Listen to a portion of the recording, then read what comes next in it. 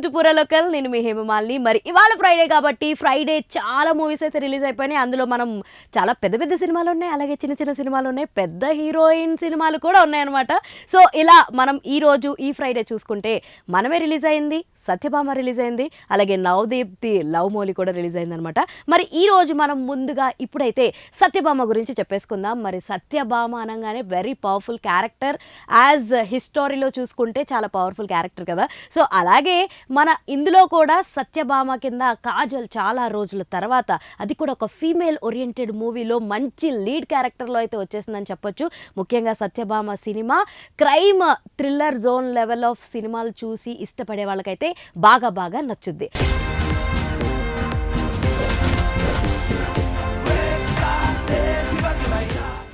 And అందరికీ తెలిసినట్టుగానే Satyabhama is a police inspector అనమాట. సో తన వృత్తిలో ఒక ఛాలెంజ్ వస్తే దాన్ని ఎలా ఎదుర్కొంది, ఫైండ్ అవుట్ చేసిందా లేదా, ఆ కేస్ని క్లోజ్ చేసిందా లేదా, ఇవన్నీ కూడా చాలా ఇంట్రెస్టింగ్గా చాలా గ్రిప్పింగ్గా అయితే సో డైరెక్టర్ తీశారని చెప్పేసుకోవచ్చు. అండ్ ఈ సినిమాలో కాస్టింగ్ విషయానికి వచ్చేస్తే ప్రకాష్ రాజ్ గారు ఉన్నారు, నవీన్ చంద్ర గారు ఉన్నారు, అలాగే రవివర్మ ఉన్నారు, హర్షవర్ధన్ ఉన్నారు.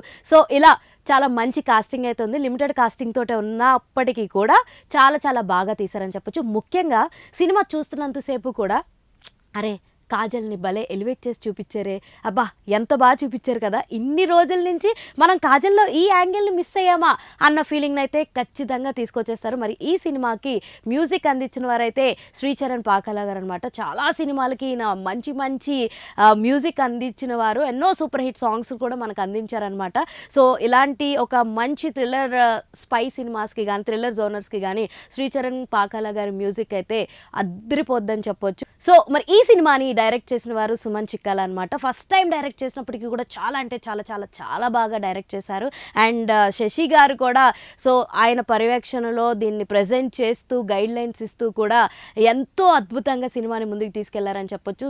చాలాసార్లు చెప్పారు చాలా ప్రమోషన్స్లో, సినిమా టైటిల్ ఏంటి అలాగుంది అని, టైటిల్ని బట్టే మా స్టోరీ ఉంటుందని చెప్పారు. నిజంగా సినిమా చూసిన వాళ్ళకి ఓహో టైటిల్ అందుకని పెట్టారా అని అయితే ఖచ్చితంగా అనిపిస్తుంది. అండ్ కాజల్కి ఇది ఒక మంచి కంబ్యాక్ అని చెప్పడంలో అతిశయోక్తి అయితే లేదు. చాలా సెటిల్డ్గా చాలా బాగా అయితే కాజల్ యాక్ట్ చేశారు ఇందులో. ముఖ్యంగా ఆవిడ్ని ఎలివేట్ చేస్తూ ఫైట్స్లో కానీ ఏదన్నా కేస్ హిస్టరీ చదువుతూ ఫైండ్ అవుట్ చేసే థింగ్స్ అన్నీ కూడా చాలా బాగున్నాయి. చాలా కూల్గా ఉంటుంది సినిమా అంతా కూడా.